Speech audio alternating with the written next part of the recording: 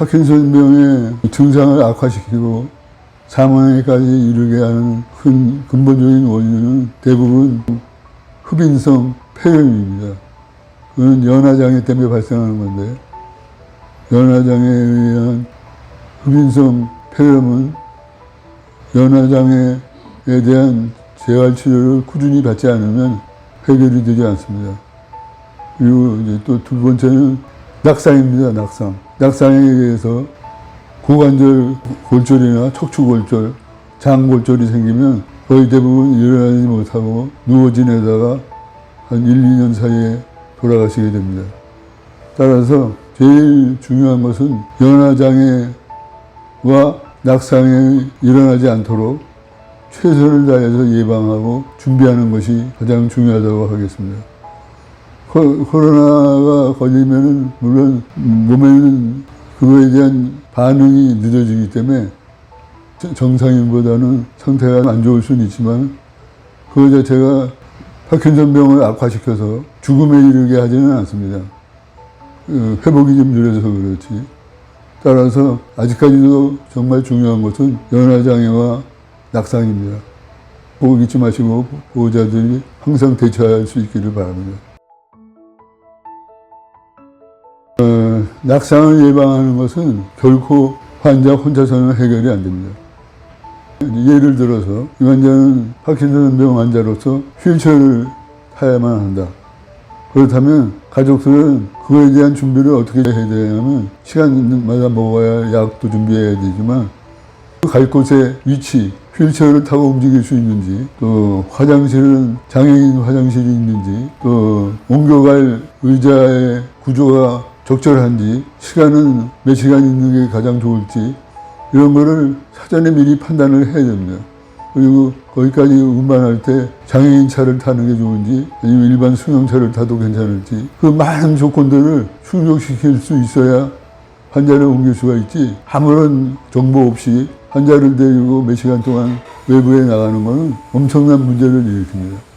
그래서 가족들이 항상 그거에 대한 정보를 수집하고 또 같이 의논하고 분석한 다음에 환자를 옮기는 그런 습관이 있어야 됩니다.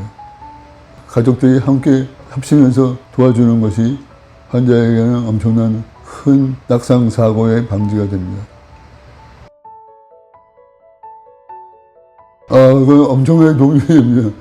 저도 지금 화장실에 여러 군데 손잡이를 만들어 놓고 있는데 이게 밖에서는 지금 휠체어를 많이 타기 때문에 그런 데로 괜찮지만 집이 그렇게 크지 않고 작은 집에서는 반드시 복도, 거주하는 방, 화장실은 물론이고요. 반드시 설치해서 잡고 움직일 수 있도록 하는 것이 낙상사고 방지에 굉장히 중요하죠.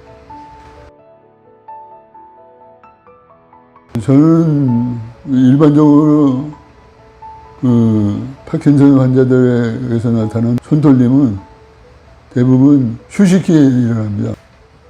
물건을 잡으려고 할 때 하는 거를 이제 의도적 진전이라고 그러는데 인텐셔널 트레모라고 그러죠.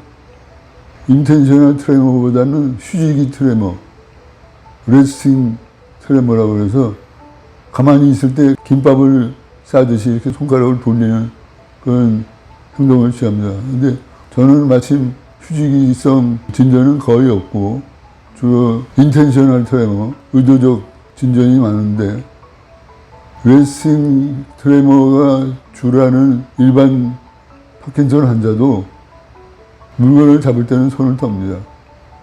그게 없다는 게 아니고 휴식이성 진전이 특징이라는 얘기지 없다는 뜻이 아닙니다.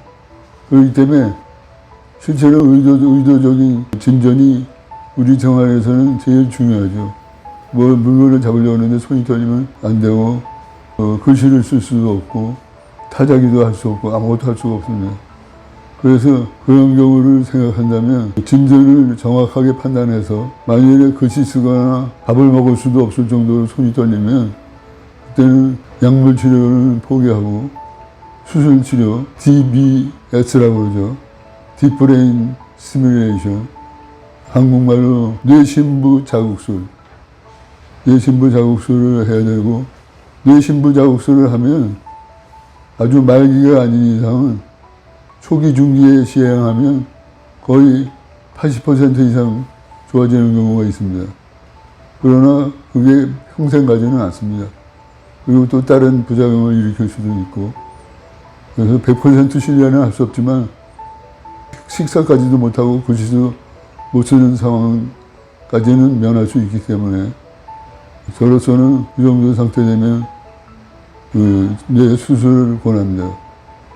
근데 뇌 수술도 75세가 넘어서 노인성 상태가 되면 크게 도움이 안 됩니다.